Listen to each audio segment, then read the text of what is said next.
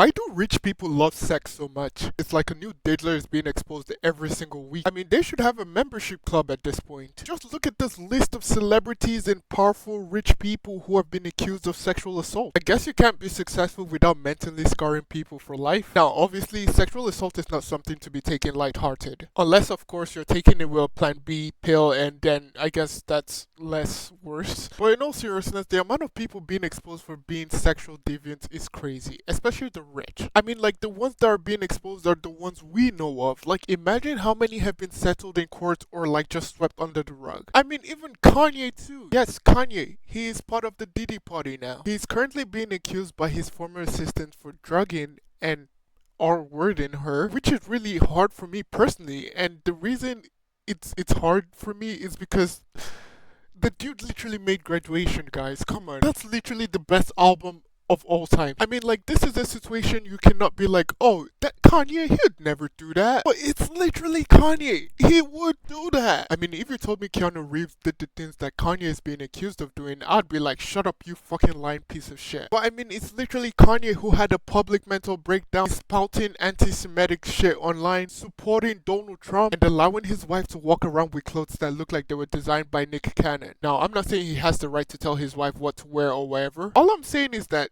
this dude literally does not give a fuck. That's why I cannot be like, yo, he probably didn't do it. Because he probably did. But let's forget about that diddler of the past, okay? We have a new diddler, the diddler of the week. Drum rolls, please. And the diddler of the week is Mike Jeffries, the former CEO of Abercrombie and Fitch. Now, if you do not know what the hell Abercrombie and Fitch is, neither do I, because I just spent like 2 minutes trying to pronounce the word Abercrombie. But apparently it's a store where white women go to buy their version of drip. And it's also where future gay men go to shop without realizing that they're actually gay.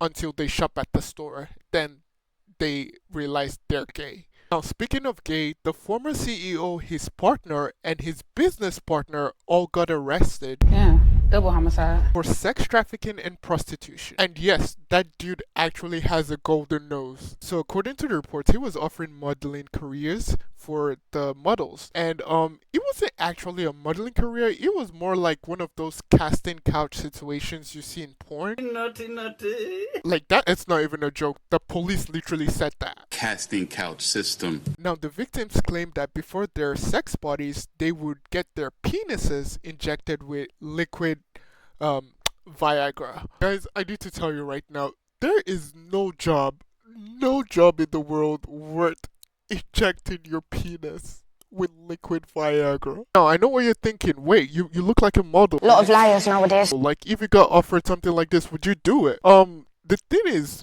probably depending on how broke I am that week, the answer is probably yes. Because these dudes were being flown to places like Paris, Morocco, Europe, at the expenses of this terrible human beings. Now, personally, I have never been to Paris, but if I have to inject my penis with liquid Viagra, you better make sure that flight is first class. But all jokes aside, this really needs to be said. It's genuinely disgusting that people with power and money use their power and money to exploit other people for sex. I mean, there are literal places in the world you can legally pay for sex. But I think for some reason they get off more demeaning a person or demeaning another human, which is messed up. And I genuinely feel like more of these human garbages need to be exposed. Because when you find out the shit these people do, you can never look at them the same way ever again. And also, to all you weirdos out there, there is nothing wrong with liking sex, okay? But just don't be weird about it. Now, personally, I have had luck when it comes to sexual intercourse, and this is because I have lived by one rule and one rule alone. If you can make a girl laugh and giggle, you can make that ass clap and jiggle. Indeed.